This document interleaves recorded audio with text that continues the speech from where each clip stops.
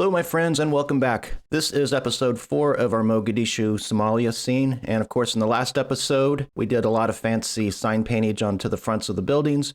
And of course, the construction were in the episodes before that. So check them out if you're curious to how we got to where we are now. Well, for those of you who've been following along with the series, or the entire channel for that matter, you know that most of my projects have included a base and most often figures. And if I'm quite honest, it's the figures that most often let me down. I'm just not a great figure painter, and I've been upfront with you about that as well. It's something I enjoy doing, but I struggle with, the expertise of it all. Which is why in the previous episodes, if figures were involved with the scene, you really didn't see me do a lot of painting with them. But in this episode, I thought, well, what the heck? Let's put the pressure on myself. Let's just show it from beginning to end. And maybe, if you have some tips or suggestions that might be helpful, please leave those in the comment below. I'd very much appreciate that.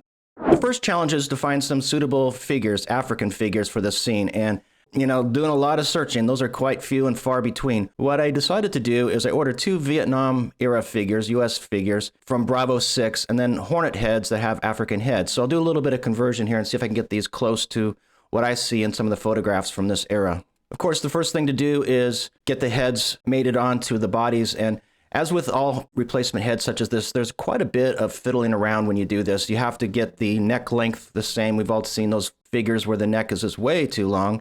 And then, of course, the diameter of the necks on these Hornet heads are a little bit different than, say, the collar of these Bravo 6 figures. So a little bit of whittling, a little bit of sanding, but sooner or later, and quite a bit of test fitting, but sooner or later, I'll get them into shape here.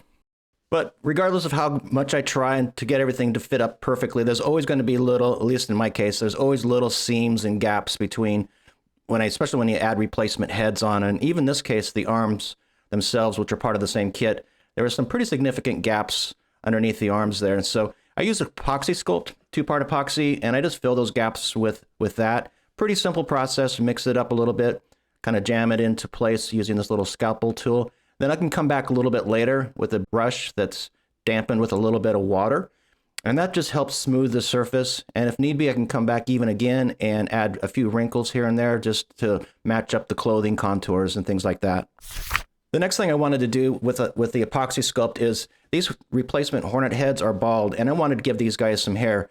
What I did was just rolled out some really thin, basically paper thin little pieces of the epoxy sculpt, and then I moistened the head of the figure with a little bit of water and just pressed this really thin layer of epoxy sculpt over his head.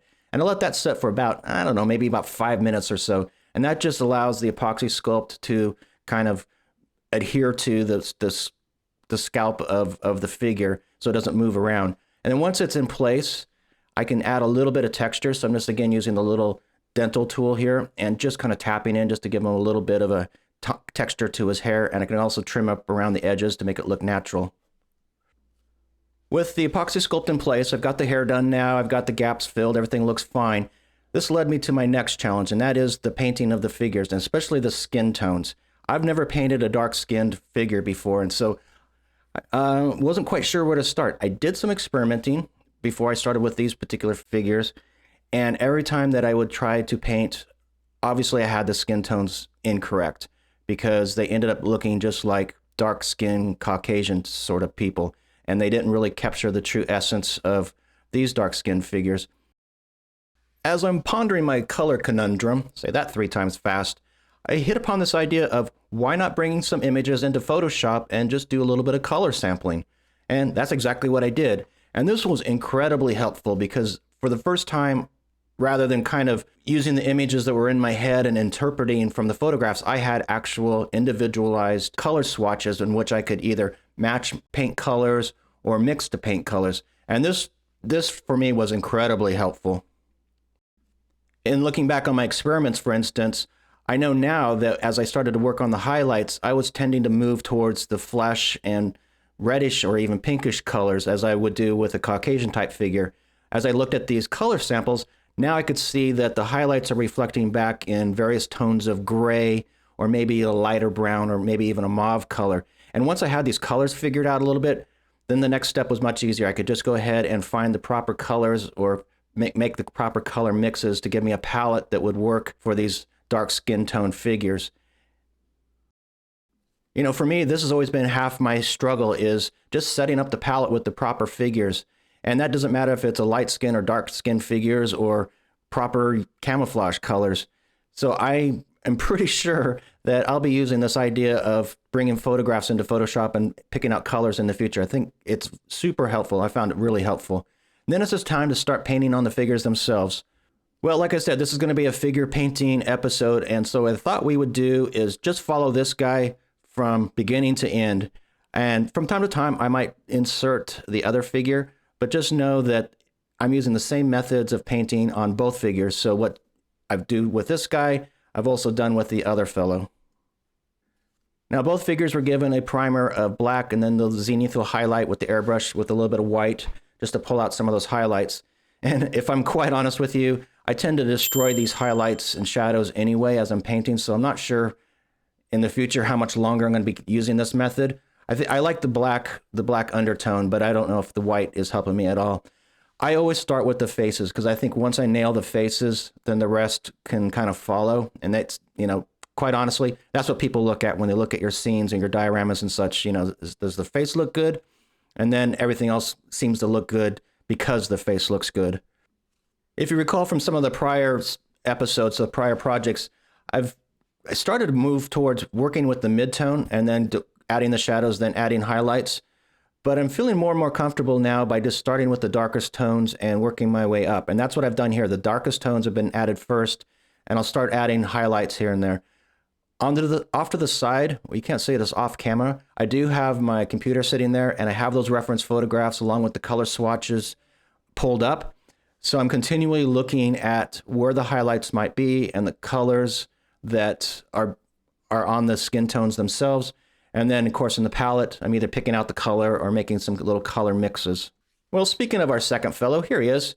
And as you can see, I'm using exactly the same methods, even the same palette for him as well. Again, starting with the darker tones and working my way up and adding some of the highlights and defining some of the features using the lighter shades of color. I think so far so good with these skin tones, and I'm pretty happy the way the faces are shaping up. And I'll come back a little bit later and do a few final touch-ups here and there. But I think it's time now to go ahead and start working on the uniforms.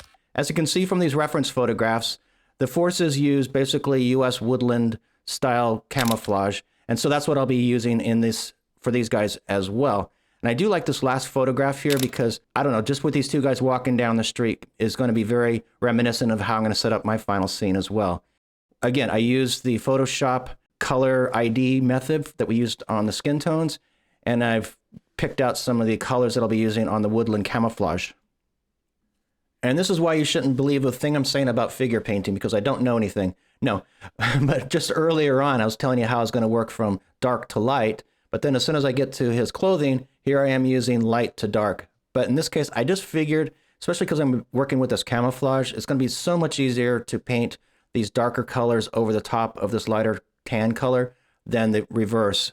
As I'm adding this base color, I'm also going to try to add a little bit of the highlights and shadows. So adding this little bit of a British khaki tone to some of these recessed areas or the shadowed areas starts to establish the lights and the darks on his, at least on his trousers in this case. And I'll use the same method on his top as well.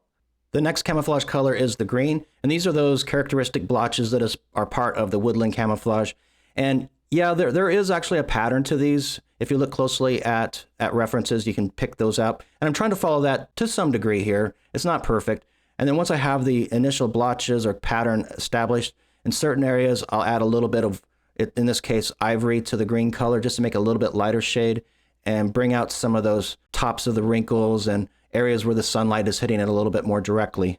The same thing with the brown camouflage, looking at references, just adding the brown camouflage tones. And then finally, the last camouflage color to be added to at least the trousers right now is that very dark black or dark gray color that it's just those little thin squiggly lines that are common with the woodland camouflage pattern.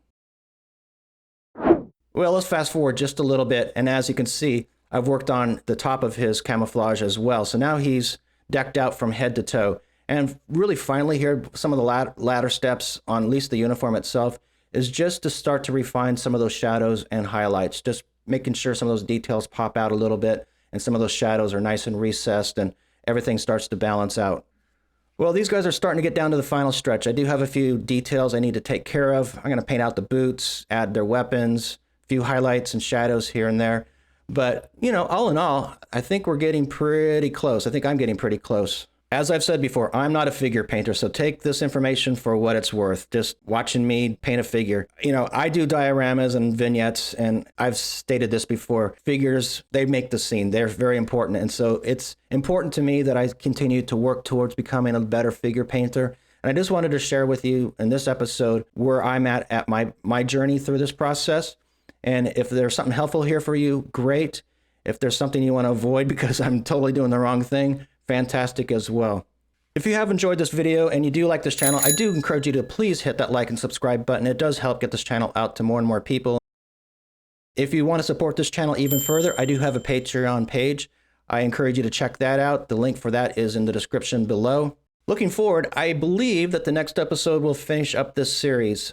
We still have the base to complete, so that street itself, that all needs to be worked on, and then putting the buildings together, and of course adding the T55 and these figures. There's quite a bit of detail work yet to do. But I think that can all fit into the next episode, and then that will finish up this series, and then we'll move on to something new. Until next time, guys, thanks for watching. I really appreciate it. Take care, and happy modeling.